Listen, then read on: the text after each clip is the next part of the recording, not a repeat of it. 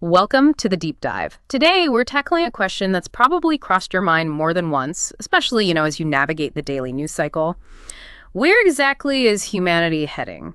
Are we on a clear path to a brighter, more utopian future, or is maybe a dystopian reality just around the corner? It's a huge question. It really is. And we've pulled together some truly thought-provoking sources to help us unpack this.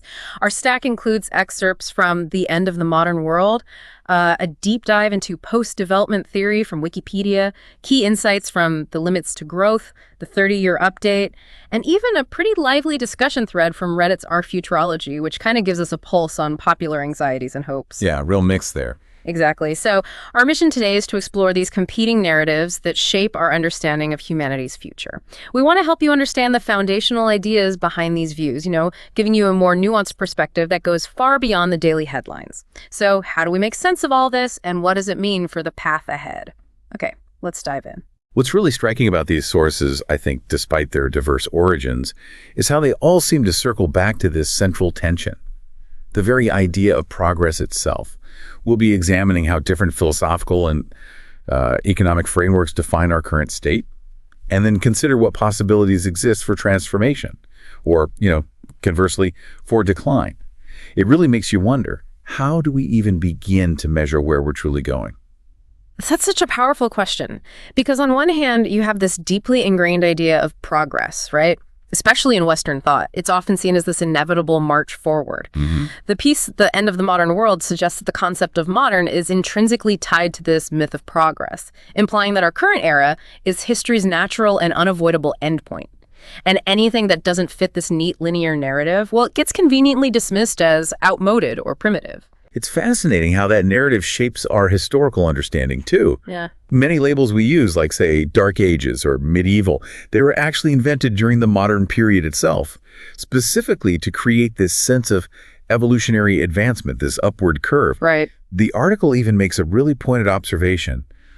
Progress is the narrative told by those who receive the profits, which, hints at whose interests are served by this story of constant betterment. That's a critical point, isn't it? Who benefits from this progress narrative? And speaking of concrete experiences, the Reddit thread offers a fascinating sort of counterpoint from everyday people. You see commenters pointing to very real advancements as examples of progress today, things we can actually measure. Like what, specifically? Well, for instance, global statistics show a significant increase in average life expectancy, a big decrease in child mortality, and a general drop in violent crime globally.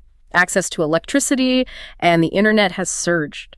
Female education and earning power have risen considerably. And over 1 billion people have been lifted out of extreme poverty since the 1990s. That's huge. We've also seen widespread access to clean water, successful vaccination campaigns, virtually eradicating diseases like smallpox, and drastically reducing polio. Global literacy rates, too, up from about 76% to 86%. That data certainly paints a compelling picture. I mean, positive trends across many measurable indicators, from health and nutrition to living conditions, quality of life for, a greater portion of humanity. However, the same sources also offer a more complex view, don't they? They do. For example, while overall global armed conflicts might be down from, say, historical peaks, the trend is described as U-shaped, meaning it's actually increasing again now from recent lows. Right, I saw that. And while malnutrition has decreased, which is good, we're facing a whole different kind of health crisis with an obesity epidemic, often driven by refined carbs and vegetable oils. Some even argue that international mobility, like moving between countries, is harder today than it was a century ago, even as, movement within countries has become easier. That really complicates the simple everything is getting better picture, doesn't it? Absolutely. And if we go back to The End of the Modern World, it explicitly calls progress a myth, like flat out. It argues that while things certainly change, they don't necessarily progress, and history isn't inevitably moving in some guaranteed positive direction. Yeah. In fact, it says some changes bring misery, and this myth often justifies the destruction of traditional ways of life while conveniently ignoring the carnage and dislocations it creates. This critique really challenges the whole idea of modernity itself. Indeed. It really challenges a core modern assumption. And this connects to broader philosophical perspectives like postmodernism, which inherently questions these grand universal narratives. The piece suggests that modernity itself functions as a kind of rhetorical device, almost like a religious point of view with itself as the central point of worship. Wow, that's strong language. It is. And it highlights how practices that don't conform to current ideologies are swiftly labeled as, say, patriarchal or diluted. And here's a truly uncomfortable thought it raises. Yeah. Racist slavery, for example, was a distinctly modern invention, not some ancient holdover. It was rooted in modern superiority theories and even false Protestant theologies. It really makes you reconsider the dark side of what we often label progress. Gosh, yeah. And the Reddit discussion, it echoes some of these really profound anxieties. You see many commenters expressing this palpable sense of dread, questioning if we're transforming into self-serving robots or like handing our soul over to a dark entity, highlighting a pervasive lack of empathy. That sounds pretty bleak. It does. Others point to the paradox of modern parenthood, the constant stress of modern jobs, our over-reliance on digital distractions, the daily grind. It's just such a stark contrast to the idea of inevitable betterment. As one comment starkly puts it, the brain needs shelter, food, sex, dopamine. We have bulletproof housing. Food is abundant. You can watch porn and play video games with a mouse click. And yet, we're on the biggest life crises as a species. It really makes you wonder if our internal well-being is keeping pace with all these external advancements. That's a crucial point, isn't it? It forces us to ask, what are we actually gaining? And maybe more importantly, what are we losing in this relentless pursuit of more? And this whole critique of progress, it extends directly to the concept of development itself, particularly in what's known as post-development theory. Right. At its heart, post-development theory makes a pretty provocative claim that development, as we generally understand it, far from being some neutral good, is actually an ideological concept, designed, it argues, to preserve the hegemony, the dominant influence and control of the global north, and increase the dependency of the global south. The origin story they trace here is particularly illuminating, I think. This theory suggests that the modern era of development really kicked off back in 1949 with President Harry Truman's declaration, which officially defined 2/3 of the world as underdeveloped. Just like that. A definition. Well, according to Wolfgang Sachs, this wasn't just some benign observation. It was a discrete strategic move aimed at solidifying American global dominance after the war. It effectively homogenized incredibly diverse cultures into a single linear path towards a supposed perfect form, the Western model, essentially. And any disparate forms, any other ways of living, were immediately seen as disfigured anomalies, things to be fixed. Wow. So rather than being a universal path to betterment, these development models are viewed as ethnocentric, specifically Eurocentric universalist, and fundamentally based on unsustainable Western industrial models. Exactly. And theorists like Arturo Escobar and Gustavo Esteva argue that this process often demands the loss or indeed the deliberate extermination ethnocide of indigenous culture. They famously cite the example of how the very notion of poverty was introduced in Ladakh, a concept that simply didn't exist there before these development initiatives came along. Which naturally brings up the question, if these standard models of development are so fundamentally flawed, what are the alternatives? And post-development thought isn't just critical, it actively advocates for alternatives to development or more bottom-up approaches. Okay, so what does that look like? It emphasizes valuing local culture and knowledge, taking a critical stance toward established, often Western scientific discourses, and promoting localized, pluralistic grassroots movements. It's really about moving towards economies built on solidarity, reciprocity, direct democracy, often integrating traditional or hybrid knowledge systems. Any examples? Well, one example sometimes cited is the Bolivarian Alliance for the Peoples of Our America, or ALBA, which emerged as a sort of alternative to dominant neoliberal projects in Latin America. Okay, interesting. So while post-development theory challenges the why and the how of development, the limits to growth, the 30-year update, brings us smack back to the very physical constraints of our planet. Yes, the biophysical reality. The original 1972 report, which was, as you said, largely dismissed by many economists at the time, warned powerfully about the interaction between exponential population growth and our increasing use of natural resources. Indeed. And the 2004 update, the 30-year update, it grimly concludes that humanity is dangerously in a state of overshoot. Overshoot? What does that mean exactly? It means we are drawing on natural resources and releasing wastes faster than Earth can possibly restore or absorb them. We're spending ecological capital faster than it regenerates.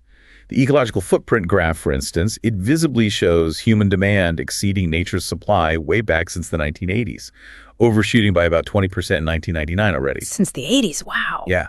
And overshoot itself is defined by this pattern. Yeah. Rapid growth, hitting a hard limit, and then a delay or a mistake in how we perceive or respond to that limit. Like driving too fast towards a wall you don't see clearly yet. And this isn't just abstract theory about limits, right? We're talking about very tangible, undeniable symptoms happening now. Absolutely. Real-world indicators. Things like sea levels rising 10, 20 centimeters since 1900, glaciers retreating at an alarming rate, 75% of oceanic fisheries being fished at or beyond their capacity. With some major collapses, like the North Atlantic cod fishery. Completely collapsed. Add to that 38% of agricultural land degraded. Per capita grain production actually peaked back in 1985. Peaks in 85, yeah. And water limits being undeniably exceeded in countless places. The report points squarely at exponential growth in population and industrial production as the core driving force. And the World 3 computer model they used, despite its simplifications, it doesn't distinguish between rich and poor regions, for instance. It still delivered a pretty stark message. Even with effective technologies and market resilience factored in, the business as usual scenarios, or even those relying solely on technological fixes, they often lead to overshoot and collapse. So tech alone isn't the answer. Well, the key insight seems to be that technology and markets are ultimately tools. They serve goals of society as a whole.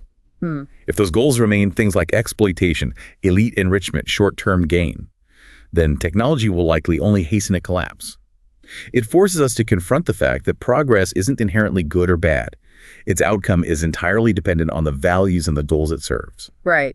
That makes sense. So if unchecked progress and development might lead us towards collapse, and we're already in the state of overshoot, where exactly do we look for solutions, or even just different ways of thinking? Well, this is precisely where the concept of utopianism enters the conversation, as explored in one of our sources, Utopianism and the New World Order, a critical consideration. Utopianism. That often sounds a bit naive, doesn't it? Like pie-in-the-sky thinking. It can sound that way, yeah. But one compelling aspect here is the idea that utopian thinking hasn't just been naive idealism historically. It has actually been a powerful force behind several socio-political and economic reforms. Think about it, from the Garden of Eden as perhaps humanity's first utopia, to Plato's Republic, Thomas More's utopia in the 16th century. These visions have served as potent critiques of existing society. They offer an ideal state to strive for. Okay. More himself, of course, coined the word utopia from Greek roots, meaning both no place land and good place.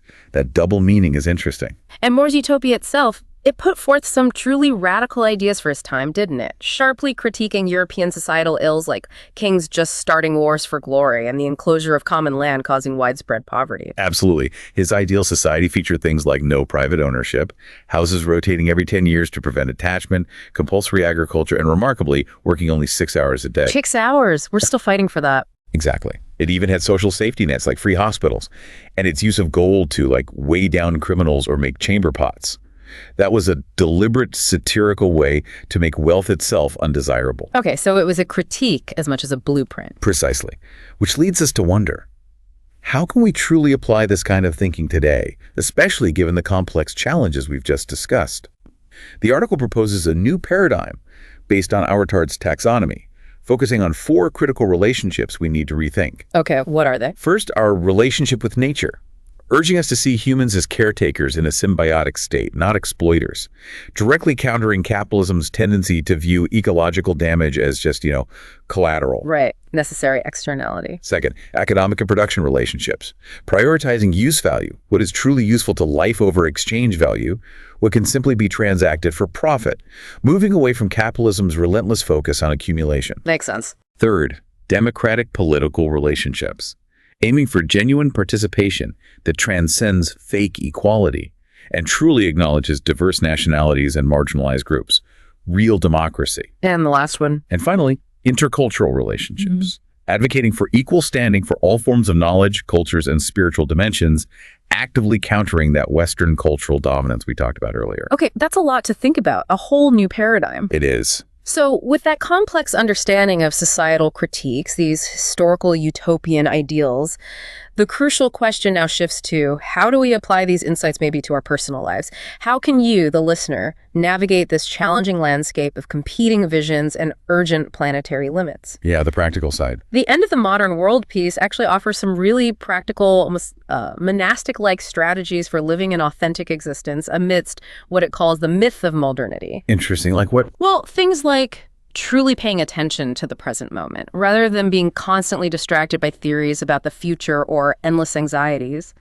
Another is taking your place, committing to the life you actually have, especially since, as the author argues, modernity constantly seeks to disrupt the stability of our lives and cultures, always pushing for more, for different. So grounding yourself? Exactly, making real choices rather than passively living by desires whipped up by culture, and embracing the idea of becoming a modern agnostic, which means refusing to blindly accept the myth of progress and humbly acknowledging what you simply don't know. I like that. Humility in the face of complexity.